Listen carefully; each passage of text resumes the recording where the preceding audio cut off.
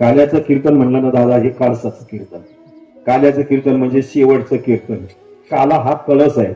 जसं मंदिर बांधायला आम्ही काढलं ना महाराज, तर मंदिराचा पाया खोदला जातो, भिंत बांधली जाते, कलशारोहण सोहळा केला जातो आणि कलशारोहण सोहळा ब्रह्मचारी महात्म्याच्या हस्त्याने केला का महाराज, की त्याच्यावर भागवत धर्माची भगवी पताका लावली जाते. आता मंदिराचा कळस झाला आणि भगवी पताका लागले की मंदिर काय झालं, पूर्ण झालं. तसं नामयज्ञ सप्ताह 3.5 दिवसाचा असू द्या, तुमचा 7-8 दिवसाचा असू द्या, तुमचा 12 दिवसाचा तपपूर्ती सोहळा असू द्या, तुमचा 1.25 महिन्याचा असू द्या, तुमचा 4 महिन्याचा चातुर्मास असू द्या, ऐका कितीही मोठा कार्यक्रम असू द्या, पण वारकरी संप्रदायामध्ये का भागवत श्रीमद भागवत जरी असलं तरी सांगता मात्र काल्याला.